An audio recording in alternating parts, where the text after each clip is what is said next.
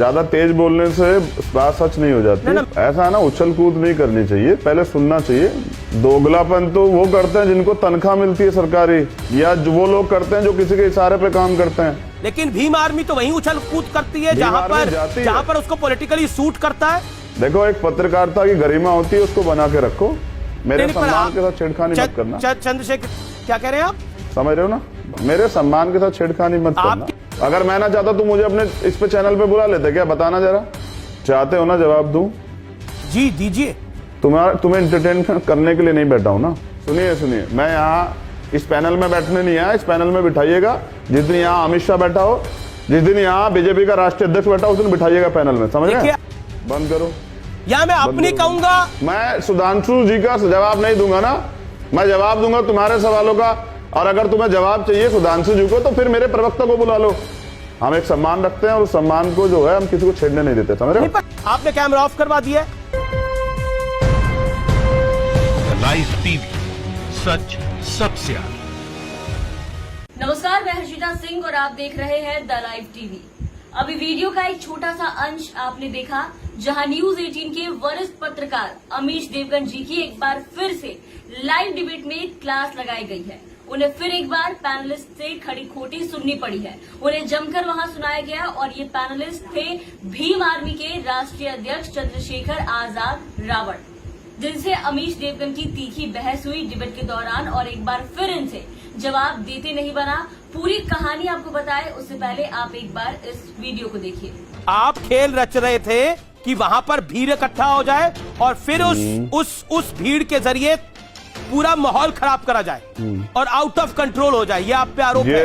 ये तो आप कह रहे हैं। आरोप लगाना आसान है, ये कोई बड़ी बात नहीं है। सरकार अपनी विफलता छिपाने के लिए आरोप लगा सकती है। आपके लोग पीड़िता के घर के बाहर रिश्तेदार उनके बैठे हुए हैं, ये तो सच है। बिल्कुल उनके रिश्तेदार बन के बैठे हुए हैं। वो बैठे हुए हैं। दिखाइए कौन लोग हैं, मुझे भी जरा दिखा दीजिए। नहीं, वो बिल्कुल सबके सामने है। समझना पड़ेगा। सुनिए ना, पहले ज्यादा तेज बोलने से बात सच नहीं हो जाती। ऐसा है ना, उछल कूद नहीं करनी चाहिए, पहले सुनना चाहिए, सामने वाले को मौका देना चाहिए ना। भीम आर्मी हर गांव में है, पूरे उत्तर प्रदेश में, पूरे देश में। लेकिन भीम आर्मी तो वहीं उछल कूद करती है जहाँ पर उसको पॉलिटिकली सूट करता है। दोगलापन तो वो करते हैं जिनको तनख्वाह मिलती है सरकारी, या वो लोग करते हैं जो किसी के इशारे पे काम करते हैं। मैं तो स्वतंत्र रूप से काम करता हूँ, मुझे तो कोई अडानी अंबानी तनख्वाह नहीं लेता है भाई। मैं किसी का नौकर नहीं हूं ना, समझना पड़ेगा तुम्हें। देखो, एक पत्रकारिता की गरिमा होती है, उसको बना के रखो। मेरे सम्मान के साथ छेड़खानी मत करना। चंद्रशेखर, क्या कह रहे हैं आप? समझ रहे हो ना, पहले सुनो, मेरे सम्मान के साथ छेड़खानी मत करना। आपके सम्मान के साथ किसी ने छेड़खानी नहीं करी, आपसे सवाल पूछा गया है। चंद्रशेखर जी, आपका लिहाजा क्या है? कुछ सोचिए कि मुझसे छेड़खानी मत करना। सुनेंगे या नहीं सुनेंगे? चिल्लाने से कुछ नहीं होगा ना। मैं तो सुन रहा हूँ चंद्रशेखर जी, मैं तो सुनने के लिए आपको बुलाया। तो सुनिए ना, मैंने कहा कि एक शब्दों की गरिमा होती है, शब्दों की गरिमा। मैं इसलिए आया कि तुम्हारा जवाब दे सकूं। अगर मैं ना चाहता तो मुझे अपने इस पे चैनल पे बुला लेते क्या? बताना जरा। लेकिन मैं अपने सम्मान से छेड़खानी नहीं करने देता ना। किसी अपने सवाल पूछो, जवाब लो, पर्सनल कमेंट मत करना। बस ये तुम्हें बता रहा हूँ। आपको दोष सारा हाथरस में दिखाई दे रहा है। बलरामपुर में आपको क्यों नहीं दोष दिखाई दिया? दो सवालों के जवाब दे दो। बलरामपुर में आपको दोष क्यों नहीं दिखाई दिया? इस तरह मत करो ना, पहले सुन लो ना। पहले देखो, पहले पिछले दो सवालों के जवाब दे रहा हूँ ना। चाहते हो ना जवाब दूं? जी दीजिए। तुम्हें एंटरटेन करने के लिए नहीं बैठा हूँ ना, पहले जवाब सुनो। तो देखा आपने कैसे चंद्रशेखर आजाद ने अमीश देवगन का हाल बेहाल कर दिया, वो भी लाइव डिबेट में सबके सामने। बिना चीखे चिल्लाए अमीश देवगन जी को बहुत कुछ बोल दिया चंद्रशेखर आजाद ने। उनकी चीखने चिल्लाने वाली पत्रकारिता को लेकर के भी उन्हें नसीहत दी। उन्होंने कहा कि ज्यादा चीखने चिल्लाने से, उछल कूद करने से आरोप जो है वो सच साबित नहीं हो जाता है, बात जो है वो सच साबित नहीं हो जाते हैं। और भी कई तरह की बातें उन्होंने कही, आपने देखा और सुना भी।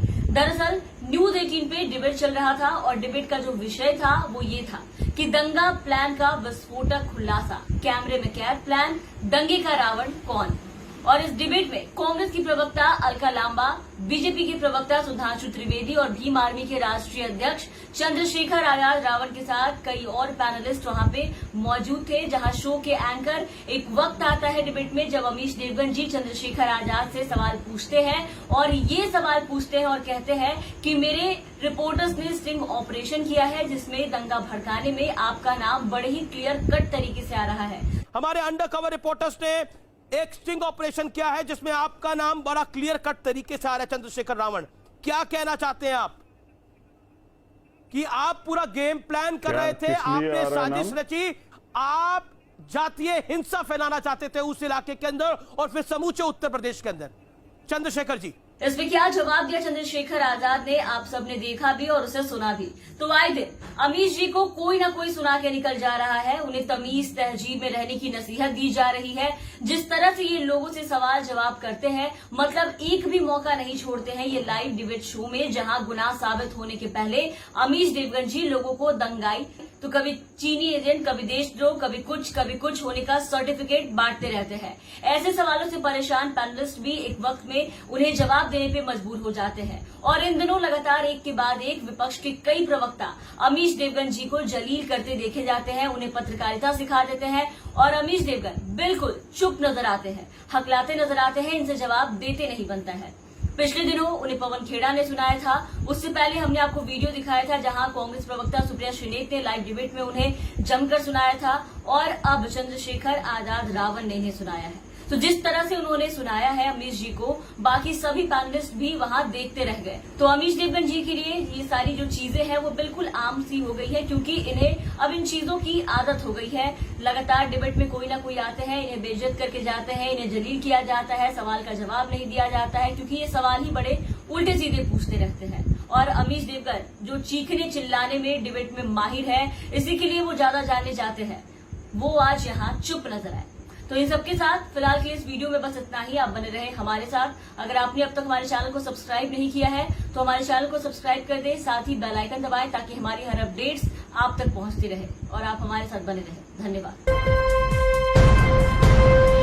लाइव टीवी, सच सबसे आगे।